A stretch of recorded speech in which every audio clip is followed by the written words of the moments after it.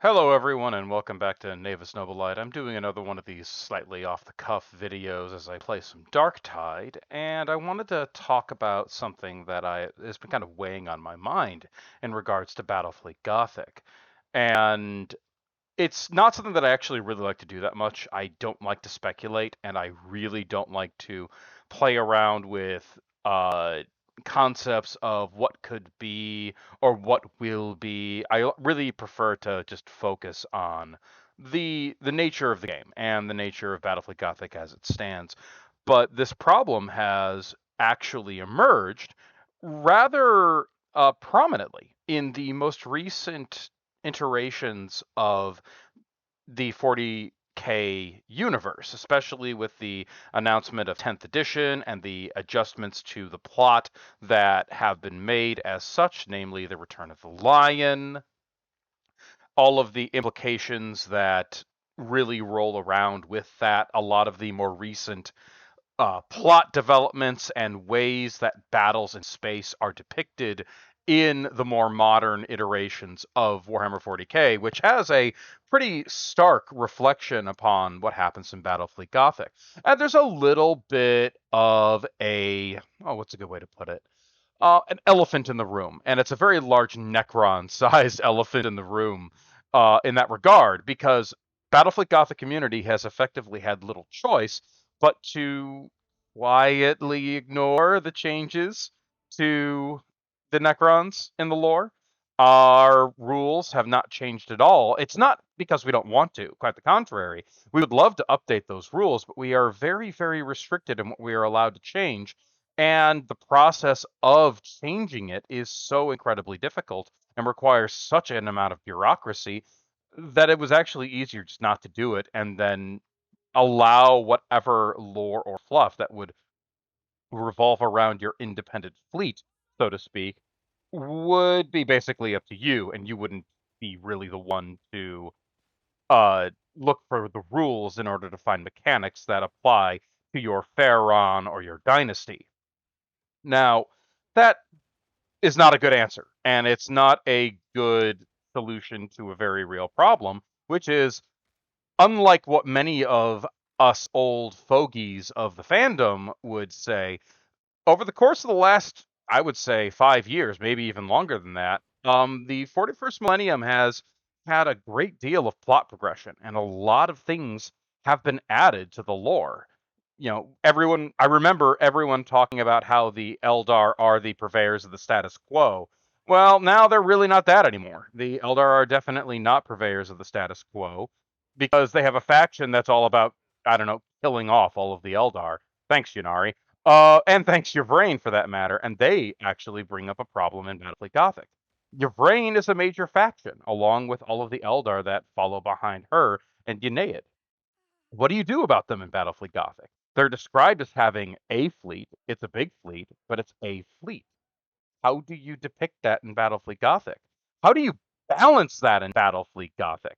Think about this. We're talking about Corsair, Craftworld, and Dark Eldar all functioning under the same banner. When it comes to somebody who cares a great deal about the balance of the game and the relative weaknesses and strengths of each individual race, playing around with that kind of balance manipulation is dangerous. And it's, to be honest, it's just not a damn good idea. I mean, it was bad enough when they did the rules for the Pirate Prince and allowed the Craft World and the Corsair Eldar to take each other as reserves. That was alone pretty dangerous and overbalancing the faction as a whole. The benefits of the firepower and the escort strength of the Corsair Eldar being allowed into the Craft World Eldar give them a nearly unbeatable combination if used properly. But then again, that very much is a truth about any opportunity one may have to taking reserves. So now we have Yvraine, who can bring together all three major factions of Eldar, that is Corsair, Craft World, and Dark, under the same banner, and they have a fleet. Well, how do you balance that? Dark Eldar are balanced solely on the basis of they have two ship classes and that's it. They're really designed solely and specifically for raid missions, then they are allowed to stay on the board too long, they are not going to live very long. Again, they're all about move in, kill things with as much efficiency as they can, and then leave before the enemy has the opportunity to do anything about it. And I hate to say this, but that does not work particularly well when you combine them with the firepower and the longevity that really comes from having the benefit of bigger and more sturdy and more reliable ships, especially ones that are tailor made for their job. And toughness of the Dark Eldar really renders a lot of the weaknesses of the other Eldar factions completely irrelevant. And what I mean by toughness is they only are suffering crits on a 6 plus, just like everyone else, as opposed to the Eldar, which function with fragile ships that don't necessarily do so well under concentrated firepower. But we also have the other problem, of course, of the Necrons. Now, the Necrons' balancing act is one based upon victory points. If you damage a Necron ship enough, their incredible points cost will combine with their low ship numbers, result in yes, the Necrons are going to push your teeth in, but the fact that you damaged that one ship just enough has turned a complete victory to a complete loss, I'm sorry, to a complete victory in your part. I actually had a situation in a campaign game where I did a fleet battle against Necrons. No, I'm sorry, it was a raid against Necrons. It was actually a large scale raid. It was, I think, a 1,500 point match. And he proceeded to completely and utterly obliterate most of my fleet, destroying the vast overwhelming majority of my ships. But because I crippled so many of his ships, I actually came out as the victor in that battle. It was a close victory, but it was a victory nonetheless. So now we have to somehow involve the specific rules for pharaons, specific rules for the individual dynasties, in some manner that doesn't already play around too much with the rules of the Necrons. But you could say we could completely rebalance them. Well, there's a reason why the Necrons are the way they are. They're supposed to be insanely overpowered because they are the oldest race in the galaxy. Their vessels and their technology truly do, especially at the scales of Battlefleet Gothic, easily overwhelm that of the younger races, even the Eldar. The only benefit you get for surviving the battle is you may be able to extract a little bit of technology from the enemy. So, and that, of course, that technology is so advanced that it justifies the incredible loss of life and technology when you do so. So, how do you deal with that? Now, we have a couple of fan-made opportunities that are actually very well written, but the next problem is how do we make that official? And the real answer is we really can't. The only opportunity that the community has to make anything official is to get it okayed by the High Lords. And generally speaking, and no offense to Nate and the gang, they don't really pay much attention to Battlefleet Gothic anymore. They have their own lives and their own interests, and they are not in the mood to change anything. And frankly, most of the community doesn't want things to change either. The lack of change is actually one of the best benefits of Battlefleet Gothic as a whole, because the rules don't change. Everybody can find a way to understand and work around the rules of the game as they are. And that means you can find your strengths, your weaknesses, find ways around your competitors' strengths and exploit their weaknesses. No changes are very important. And to be honest, I would actually start to say at this point, many of the changes in the 2010 FAQ may have gone too far. And as a result, many aspects of the game, I don't know if are necessarily working in the way that they were meant to work, if that makes any sense. I may be wrong. Again, this is me spouting off stuff while I try to pay attention to a game of Darktide. Whether or not I'm doing a good job remains to be seen. But the other question is now a very, very large stunty problem. That's right, we have to worry now about the Leagues of Votan. Now, it has come out in the lore and the fluff, thankfully, that the Leagues of Votan are the Demiurge. Now, that's good for one reason. We have ship designs and ship looks of the Demiurge, and we have some really, really cool fan-made productions of them. The Forge World ones were once good, but the molds really didn't hold up over time. I have a small fleet of old style Forge World Demiurge bastions that I am just cringing through my heart and spleen because of how bad the mold quality is from Forge World. Because some of these are old. These are from probably the very end of the mold's lifetime, and they never made new ones. So we have to also look into the new lore of the Votan and see if the current rules and the current ships even apply to what we have now. And right now, thankfully, Games Workshop has actually been very quiet about what the Demiurge actually have in regards to Battlefleet. Now, they do talk about big ships and great, harvest operations in their in the Galactic Center with a lot of ships that go out for trade routes out across the galaxy. But we're talking about not a lot of detail. We don't even know if the Games Workshop is going to retain the ship design of the Demiurge and use it for the Votan. If they don't, that ultimately means that the Demiurge fleet and the Demiurge as a Tau ally are not viable anymore. They're not lore friendly, and do we allow them to remain? Do we, will we have to completely renovate the leagues of Votan into an official fleet? And how will we go through the enormous struggle of convincing the High Lords that we can make a fleet for them on an official level? And right now, we don't have to do that. We are very fortunate in the current situation because there is so little information that has been released about the leagues that it is not critical. But that is going to change. People are going to ask questions. People are going to be like, well, how the heck did the Votan get from A to B? Yeah, we know they utilize AI to travel the warp, but what do they travel the warp in? All we see are these really, really big, foundry ships and images and a bunch of little piddly ships that really don't resemble anything that they already have. So what do we do? Where do we go?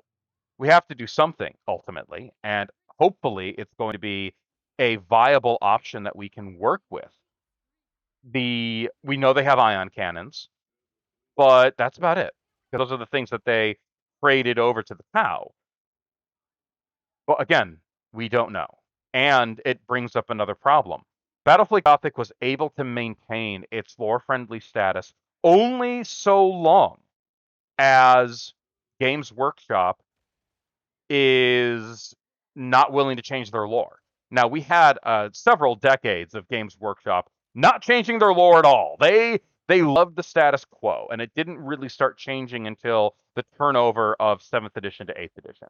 But that was a really long time frame where things really didn't progress. Now, there was occasionally some movement, but it was always a zero-sum game.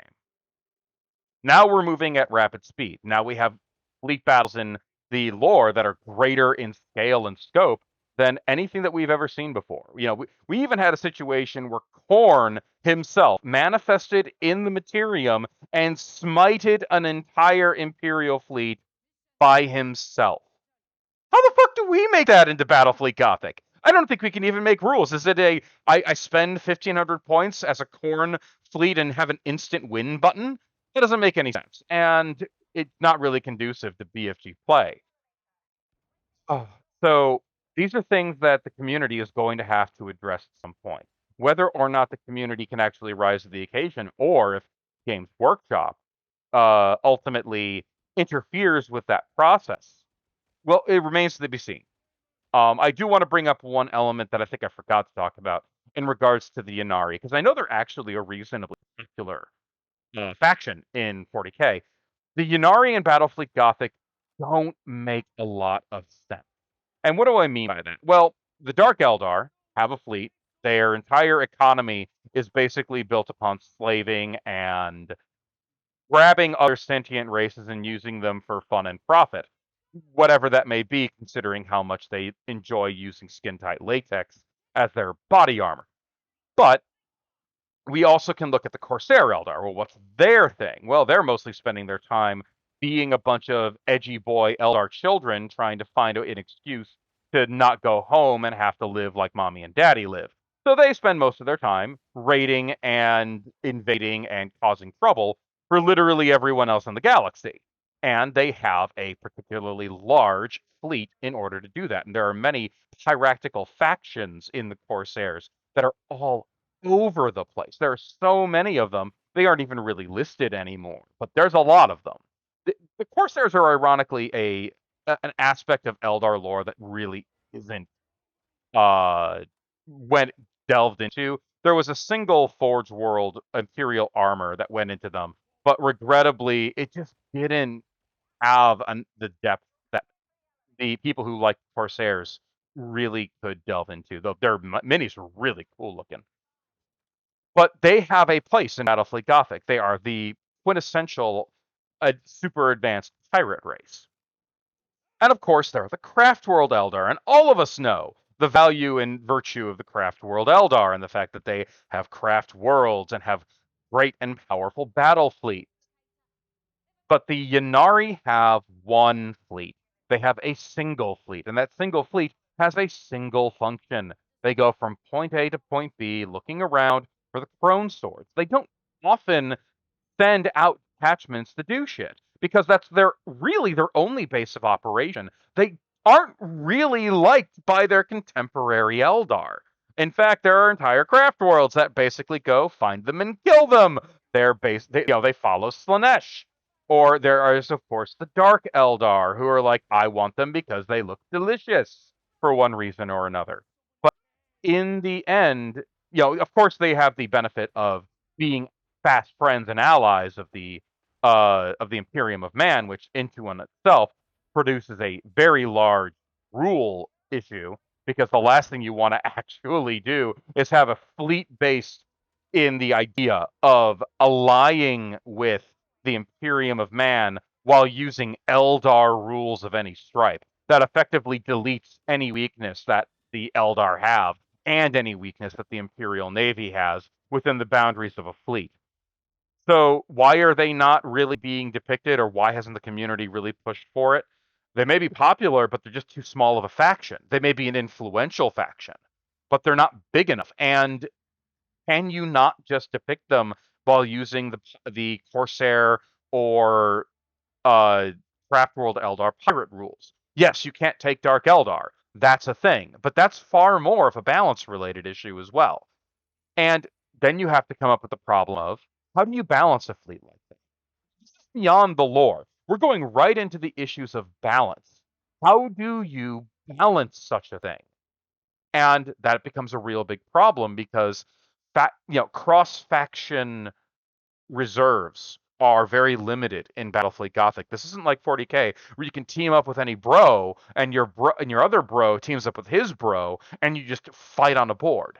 No, if you start teaming up certain things, certain combinations shatter the actual structure and stability of the game. So, I mean, just imagine if you have somebody who's playing a fleet of Nova cannons and combine that with a Necron fleet. It's it's going to end poorly for everyone. So no, there aren't a lot of answers to that option, and you will create a lot of problems and questions that simply don't have solutions. So that is a looming problem with Battlefleet Gothic. The current rule set is flexible enough to harbor anything. However, balancing that effectively with everything else in the game is much harder. If new Necrons are going to be made, we really, and I do mean really, have to completely restructure how the Necrons function in BFG, and we really don't want to lose the novelty of having. I mean, sorry for the Babylon 5 reference, but we don't want to lose the novelty of having a race of literal Vorlons that we sometimes have to fight. And we really, really don't want to have to deal with taking three separate factions, mashing them together, homogenizing them, and then making them be balanced in some rational way. And I really dislike a lot of the ideas of balancing them. Like, we're going to give one particular fleet a massive bonus against them. Yeah, but not everyone plays that one particular fleet. And that means, of course, that every other fleet is going to get bent over and horribly mauled by the opposition. So we really don't want that to happen. So what we really need to do is either Games Workshop needs to give us more lore. Maybe the Yanari have actually made ships of their own. Maybe they have actually used their bone singers and their skilled artificers to create a unique style of ship that is uniquely Yanari, that is empowered by Yneid, which utilizes the technology of the Corsairs, the Craft World, and the Dark Eldar to make something wholly unique. That I would love. I would love for Games Workshop to really explore with that option, but that would also require the Eldar innovate, which the Eldar don't innovate because they typically don't need to. They're so advanced, they're almost at the Necron point of nothing I need is new because I've made an answer to all of those things, mostly a few million years ago. So then we have to talk about the issue of the Votan slash Demiurge, and that is probably our biggest problem because we have a grand sum of two or three ships. We have we have one ship depicting two classes and one battleship. That's it. Now we have to make an entire battle fleet of an entirely new faction, and we have nothing.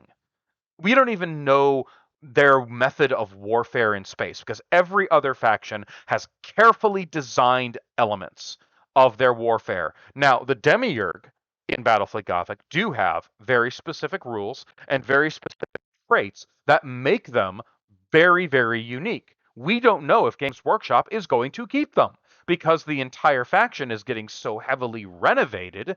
There's very little chance that they will. Now, if we're extraordinarily lucky, they will remain consistent with the lore, and we will be able to build from there. What we really need is more artwork, what we really need is more lore, and what we really need is Games Workshop to step up to the plate and see if they can actually engage the community again. Yeah, that ain't gonna happen.